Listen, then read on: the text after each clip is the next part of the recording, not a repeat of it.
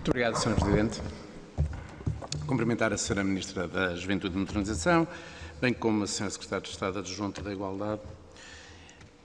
O programa do Governo assume a diversidade, a inclusão e a igualdade, referindo que, e passo a citar, a inclusão e a promoção da igualdade devem estar no centro das políticas públicas. O combate às discriminações em razão do género, da etnia, da raça ou da orientação sexual deve ser prioritário na ação política. A disparidade salarial também muda consoante a idade e por indústria, tendo as mulheres genericamente empregos com baixos salários e sendo a sua presença reduzida em setores com melhores salários, o que urge esbater. Apesar dos progressos já atingidos, Portugal ocupa a 15ª posição no Índice Europeu da Igualdade, persistindo as desigualdades entre homens e mulheres. Este Governo tem como metas anunciadas, entre outras, e passo a citar, a redução da disparidade salarial entre homens e mulheres para trabalho igual, a redução da violência doméstica, a revisão do enquadramento legal atualmente existente em matéria de paridade entre homens e mulheres nos órgãos da administração de empresas públicas e sociedades cotadas, bem como nos cargos dirigentes da administração pública. A transposição na sua plenitude da diretiva relativa ao combate à violência contra as mulheres e à violência doméstica e revisão da legislação existente com vista à maior equidade no tratamento das vítimas das diversas formas de violência identificadas. A avaliação do enquadramento jurídico atualmente existente e a sua eventual revisão na resposta ao assédio sexual, à ciberperseguição, ao ciberacesso, ao incitamento à violência e ao ódio online.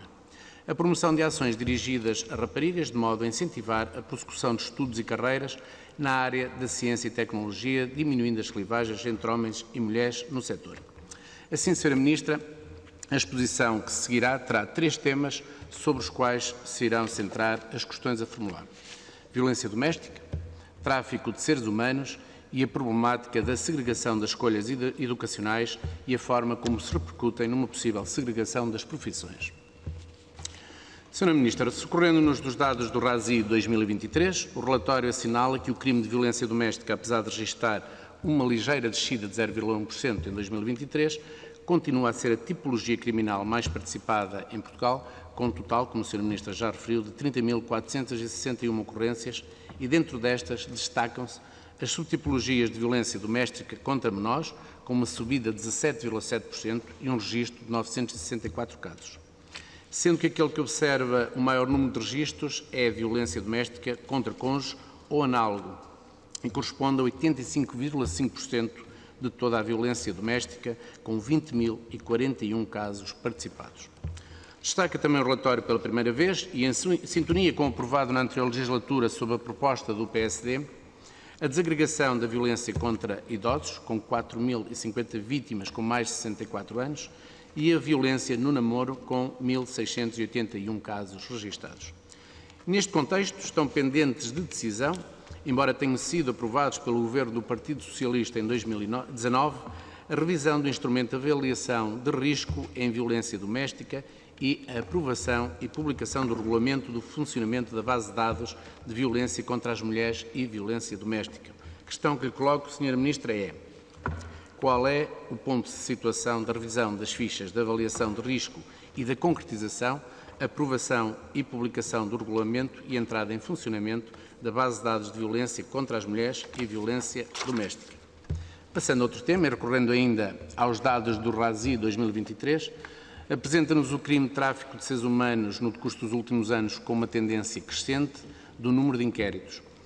No crime de tráfico de pessoas, o aumento é de 68%, sendo relevante a vertente da exploração laboral. Neste caso, registrou-se um aumento em termos percentuais de 158%. No caso do crime de auxílio à imigração ilegal, houve um aumento de 298%.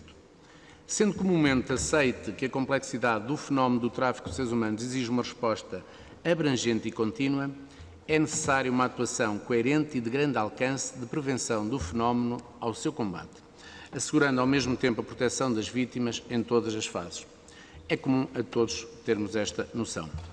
Contudo, a verdade é que, apesar do 4º Plano de Ação para a Prevenção e o Combate ao Tráfico de Seres Humanos ter terminado a sua vigência no final de 2021, o Governo anterior, do Partido Socialista, não chegou a aprovar um novo plano com as medidas de ação nesta área para um novo ciclo de 4 anos.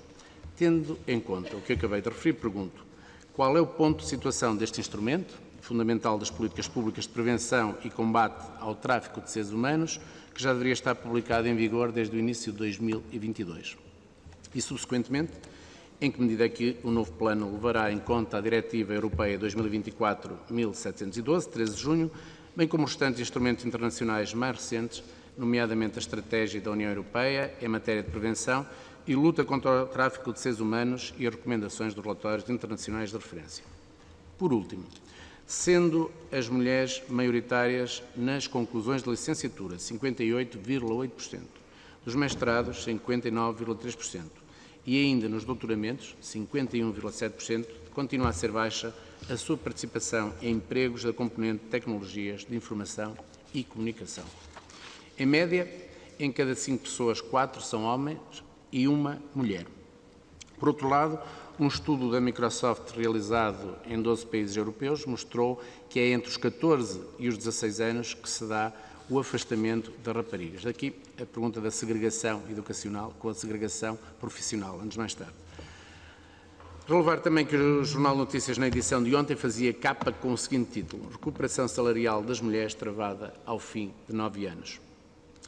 Tendo em conta que as tecnologias de informação e comunicação são fundamentais em todos os setores e com melhores salários, pergunto: que medidas estruturais e não pontuais o Governo pensa adotar para inverter esta situação, colmatar o fosso digital entre homens e mulheres e estimular a participação das mulheres na economia digital? Muito obrigado.